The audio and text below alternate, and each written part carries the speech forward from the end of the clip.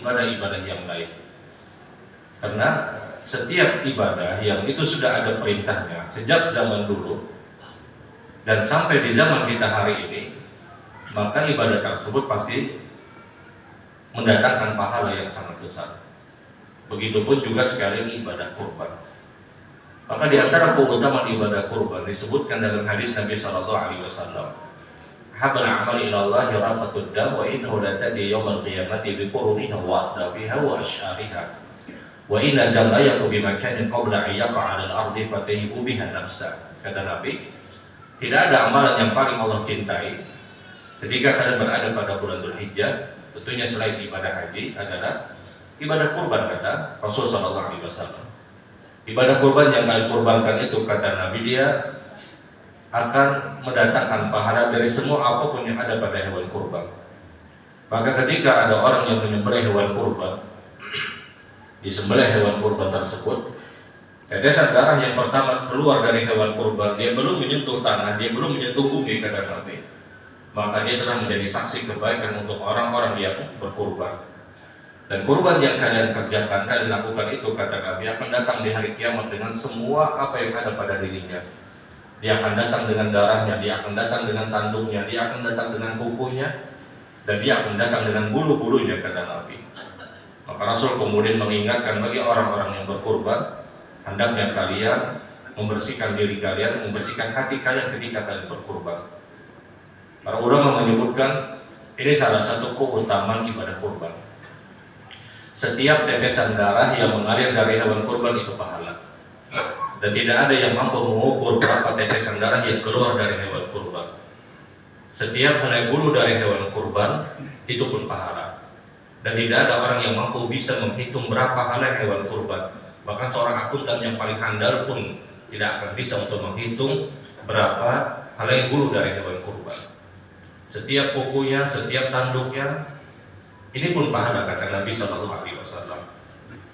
Dan umat Nabi Shallallahu Alaihi Wasallam, di antara keistimewaan umat Rasul Shallallahu Alaihi Wasallam adalah ibadah mereka itu dilipat gandakan 10 sampai 700 kali lipat. Bayangkan setiap tetesan darah itu pahala, dan setiap pahala untuk umat Nabi Shallallahu Alaihi Wasallam itu dilipat gandakan 10 sampai 700 kali lipat. Berapa tetesan darah yang keluar dari hewan kurban dan berapa pahala yang dia dapatkan? Setiap helai bulu dari hewan kurban ini pahala, kata Nabi. Berapa bulu yang ada dari hewan kurban, dan itu pun dilipat gandakan 10 sampai 700 kebaikan. Setiap kukunya, setiap tanduknya ini pahala, kata Nabi SAW.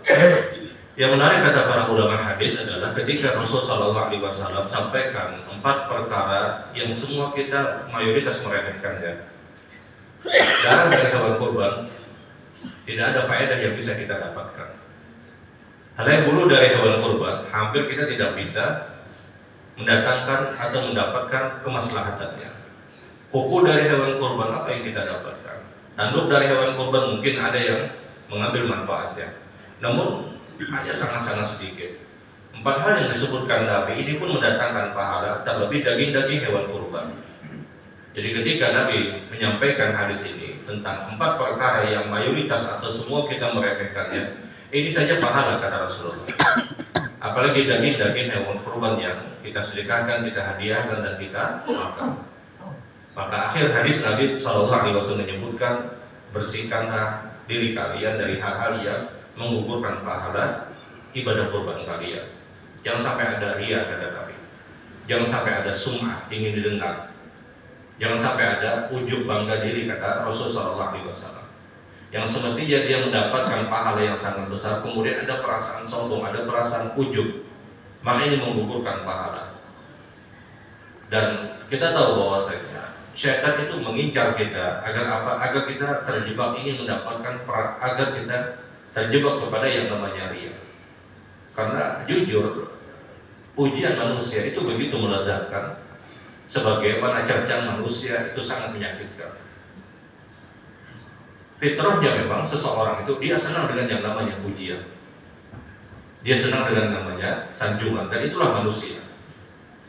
Makanya Nabi SAW mengingatkan kepada kita bahwasanya kalau kalian berkurban, kata Rasulullah, bersihkan diri kalian, karena syaitan itu paling sibuk Untuk apa? Untuk menggugurkan pahala kita. Kalau kita ada punya perasaan, keinginan, dan harapan, dan benar-benar menikmati pujian manusia tadi, maka boleh jadi menggugurkan pahala yang semestinya kita dapatkan. Makanya Rasulullah SAW mengingatkan kepada kita, bersihkan diri kalian dari perbuatan yang menggugurkan nilai pahala kalian.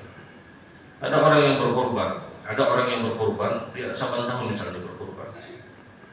Maka setan itu pasti akan mendatangi orang yang agar dia ingin mendapatkan pujian.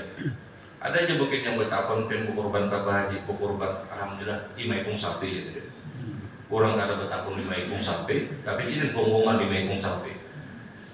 Maka hal-hal yang seperti itu boleh jadi terjebak kepada perbuatan ria. Sehingga seorang muslim hendaknya dia jaga. Karena ini salah satu ibadah yang pahalanya besar sekali. Yang setiap tetesan darah yang mengalir dari hewan kurban itu pahala kata Nabi. Setiap helai bulu dari hewan kurban itu pahala kata Rasulullah SAW. Dan satu kebaikan yang kita lakukan itu diganjar 10 sampai 700 kali lipat. Tetesan darah yang terus mengalir, setiap tetesnya itu paling tidak 10 pahala. Bahkan dilipat gandakan sampai 700 kebaikan. Sehingga seorang muslim benar-benar menjaga keikhlasannya ketika dia berkurban. Dan ini salah satu keutamaan orang-orang yang berkurban. Di antara keutamaan orang-orang yang berkurban juga adalah orang-orang yang berkurban, dia akan menghadirkan kebahagiaan dan kesenangan dari kaum muslimin yang lain. Dan salah satu pahala besar yang didapatkan oleh seorang muslim adalah ketika dia sururun yudkhil ala qalbil muslim. Di antara pahala yang besar itu kata Nabi adalah ketika ada orang yang mampu memberikan kebahagiaan kepada orang lain. Dan ibadah kurban kita tahu di antara adanya kebahagiaan pada hewan kurban adalah daging-daging hewan kurban yang kita sedekahkan, yang kita hadiahkan, itu menjadikan orang itu bergembira, menjadikan orang itu senang dengan pemberian kita.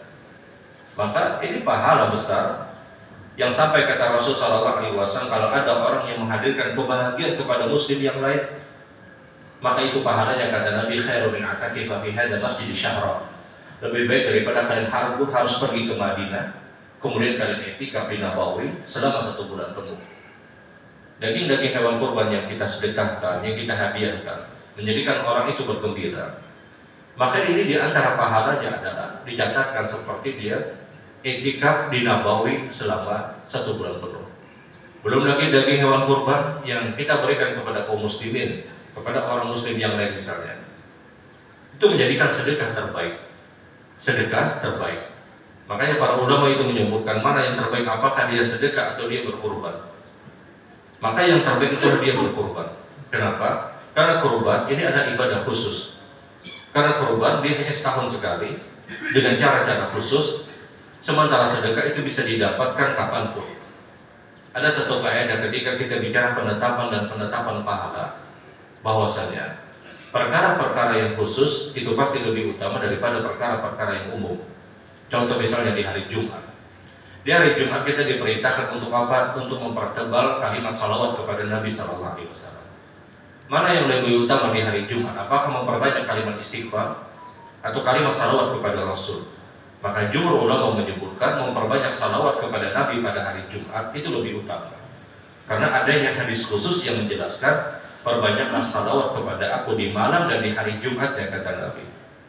Maka lepas pada hari Jumat, di Sabtunya, di Ahadnya, di Seninnya, dan hari-hari yang lain, maka mempertebal kalimat istighfar itu lebih utama karena keumuman perbuatan Rasul Sallallahu Alaihi Wasallam yang memerintahkan kepada kita untuk memperbanyak kalimat istighfar.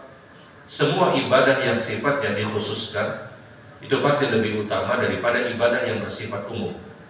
Ada orang dalam majelis taklim misalnya, dalam pengajian, mana yang lebih utama? Apakah mendengarkan pengajian atau baca Al-Quran misalnya? Maka jelas yang lebih utama adalah dia dengarkan kajian dulu. Karena pengajian tidak 24 jam. Tapi kalau baca Quran, kapanpun bisa dia dapatkan. Sehingga setiap ibadah yang sifatnya dikhususkan, maka dia lebih utama. Begitupun juga dengan kurban. Mana yang lebih afdal antara kurban dengan sedekah? Maka yang paling afdal adalah berkurban. Karena kurban dia hanya setahun sekali dengan cara-cara yang dikhususkan. Dan ini salah satu keutamaan dan keistimewaan ibadah kurban. Maka hukum ibadah kurban ini jatuh kepada sunnah muakkad bagi orang-orang yang punya kemampuan. Jatuh hukumnya pada sunnah muakkad, dia tidak wajib, tapi dia jatuh kepada hukum sunnah muakkad. Mayoritas ulama menyebutkan hukumnya sunnah muakkad. Yang sebahagian ulama menyebutkan itu hukumnya wajib bagi orang yang punya kemampuan. Ulama yang menyebutkan itu jatuh kepada hukum sunnah muakkad, mereka berdalil dengan dalil ketika Rasulullah SAW bersabda, bagi siapapun yang berkurban dan dia telah masuk 1 Dzulhijjah, maka hendaknya dia menahan diri untuk tidak memotong kuku, bulu dan rambutnya. Faman arada minkum ayyudhahi, kata Nabi, kalau kalian sudah berada di 1 Dzulhijjah, maka hendaknya bagi siapapun yang ingin berkurban, kata Nabi, hendaknya dia tidak memotong kuku, bulu dan rambutnya sampai penyembelihan hewan kurban. Nah, kalimat sabda Rasulullah yang menyebutkan bahwasanya siapa yang ingin berkurban, inilah yang dijadikan sebab para ulama yang menyatakan bahwasanya berkurban itu hukumnya sunnah muakkad. Karena Rasul menyebutkan siapa yang ingin berkurban. Dan hukum berkurban sekali lagi minimal dia jatuh kepada sunnah muakkad bagi orang-orang yang punya kemampuan. Kita tahu bagaimana Rasulullah SAW. Beliau tidak pernah melepaskan ibadah kurban. Setiap tahun Nabi itu berkurban. Dan ingat, Rasul Shallallahu Alaihi Wasallam ini bukan orang yang kaya. Mayoritas hidupnya Nabi Shallallahu Alaihi Wasallam dalam kehidupan beliau tergolong orang yang miskin. Mayoritas. Buktinya apa? Nabi Shallallahu Alaihi Wasallam orang yang tidak pernah berzakat. Nabi tidak pernah berzakat. Kenapa? Karena ketika tiba masa haulnya, Nabi tidak punya harta. Nabi ketika punya harta, beliau banyak sedekah. Beliau banyak sedekah. Dengan modal kehidupan yang seperti itu, Nabi itu berkurban setiap tahun. Semestinya, mohon maaf, orang yang berzakat, zakat maaf, semestinya dia mampu berkurban. Karena Rasul Shallallahu Alaihi Wasallam yang beliau tidak berzakat pun, karena minimnya harta Rasul Shallallahu Alaihi Wasallam, beliau pun tetap berkurban setiap tahun. Bahkan disebutkan dalam satu riwayat, Nabi itu pernah berkurban dengan 100 ekor onta. Nabi itu pernah berkurban dengan 100 ekor onta. Yang 1 ekor onta kita itu cukup untuk 10 orang. Tapi itu semuanya atas nama Rasul Sallallahu Alaihi Wasallam, 100 ekor onta. Nabi itu pernah berkurban dengan 2 ekor kambing. Nabi pernah berkurban dengan 1 ekor kambing. Nabi pernah berkurban dengan 100 ekor onta. Yang 100 ekor onta itu disebutkan dalam riwayat Ali bin Abi Thalib menceritakan, Nabi menyelesaikan kurang lebih 70 penyembelihan. Maka sisanya, kata Ali bin Abi Thalib, sekitar 30 onta, maka saya yang menyelesaikannya. Seorangan saya yang menyembelih. Jadi kalau ada yang menyembelih 10 ekor sapi, jangan tapi tumbur dulu. Rasul itu sampai 70 ekor onta. Dan saya yang menyelesaikan sisanya, kata Ali bin Abi Thalib. 100 ekor onta itu pernah dikurbankan oleh Rasul Sallallahu Alaihi Wasallam. Kenapa? Karena pahalanya itu besar. Pahalanya itu begitu besar. Dan ada satu pelajaran yang sangat penting, kata para ulama, ketika Rasul SAW berkurban dengan 100 ekor onta yang semuanya atas nama Rasul. Ini menunjukkan bahwa saya berkurban atas nama orang yang sudah meninggal dunia tidak ideal dilakukan. Karena kalau seandainya itu sikap yang ideal untuk berkurban kepada orang yang sudah meninggal dunia, maka dari 100 ekor onta itu Nabi akan mengikutkan dengan nama Hamzah. Nabi akan ikutkan dengan nama Khadijah binti Khuwailid. Nabi akan ikutkan dengan namanya Qasim anak Rasul. Nabi akan ikutkan dengan anak-anak Rasul Sallallahu Alaihi Wasallam yang lain. Tapi faktanya itu atas nama Rasul Sallallahu Alaihi Wasallam. Maka satu kesimpulan yang disebutkan oleh para ulama, berkurban untuk orang yang sudah meninggal dunia, taruhlah untuk orang tua, hukumnya boleh kapan? Kalau orang tua kita pernah memberikan pesan dan wasiat. Yang kedua, kalau seandainya ada orang yang sudah beriat untuk berkurban, pada Allah orang ini meninggal dunia sebelum penyembelihan hewan kurban, maka silahkan dia teruskan niatnya. Tapi untuk berkurban kepada orang yang sudah meninggal dunia tanpa ada pesan, tanpa ada wasiat, tanpa ada pesan, tanpa ada wasiat, atau misalnya kita ingin berkurban untuk saudara kita yang sudah meninggal, untuk orang tua kita yang sudah meninggal, maka mohon maaf, faktanya Nabi tidak pernah melakukan perbuatan tersebut. Sehingga wallahu a'lam, berhati-hati, bersikap untuk tidak berkurban dengan niatan untuk orang yang sudah meninggal dunia maka ini lebih baik. Kenapa? Karena ibadah itu perlu dengan dalil, ibadah itu perlu dengan kejelasan apa yang telah dicontohkan dan dikerjakan Rasulullah SAW. Dan kita tahu catatan bahwasanya anak melakukan kebaikan apapun orang tuanya dapat pahala.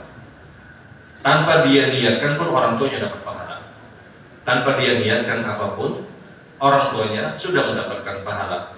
Karena ini didikan dari orang tuanya. Mungkin orang tuanya tidak mengajarkan, tapi mungkin orang tuanya dia berikan biaya untuk sekolah. Sehingga kebaikan apapun yang sekarang kita lakukan, orang tua kita yang sudah meninggal, mereka pun juga dapat pahala. Mereka pun juga dapat pahala. Makanya tidak ada orang yang paling banyak pahalanya dalam kehidupan dunia ini melebihi daripada Rasulullah SAW. Kita sholat, Nabi dapat pahala. Kita puasa, Nabi dapat pahala. Kita bahkan zikir, Nabi dapat pahala. Kenapa? Karena semua atas pelajaran Rasul Sallallahu Alaihi Wasallam. Sehingga kada perlu mengirim Al-Fatihah untuk Nabi, Al-Fatihah ke Rasul Sallallahu Alaihi Wasallam. Tidak perlu, karena yang perlu pahala ini kita. Jangan merasa kita ini kebanyakan pahala, kemudian kita kirim pahala ke orang lain. Sehingga sekali lagi mohon maaf, masalah kurban untuk orang yang sudah meninggal dunia itu boleh hukumnya kapan? Kalau ada orang yang berwasiat, yang meninggal itu mungkin pernah berpesan, atau ada orang yang sudah berniat ingin berkurban, tahu-tahu dia sudah meninggal dunia sebelum penyembelihan hewan kurban, maka dia jadi teruskan. Tapi kalau tidak ada pesan, tidak ada wasiat, tahu-tahu kita ingin berkurban untuk orang yang sudah meninggal, maka sikap yang demikian perlu untuk dipertimbangkan, karena tidak ada fakta dan tidak ada data yang menyebutkan Nabi berkurban untuk orang yang sudah meninggal dunia. Mudah-mudahan kita dimudahkan untuk berkurban bagi siapapun yang punya kemampuan, dan mudah-mudahan kita senantiasa dijaga keikhlasan oleh Allah Subhanahu wa taala. Subhanallah wa bihamdihi, asyhadu an la ilaha illa anta, astaghfiruka wa atubu ilaik. Assalamualaikum warahmatullahi wabarakatuh.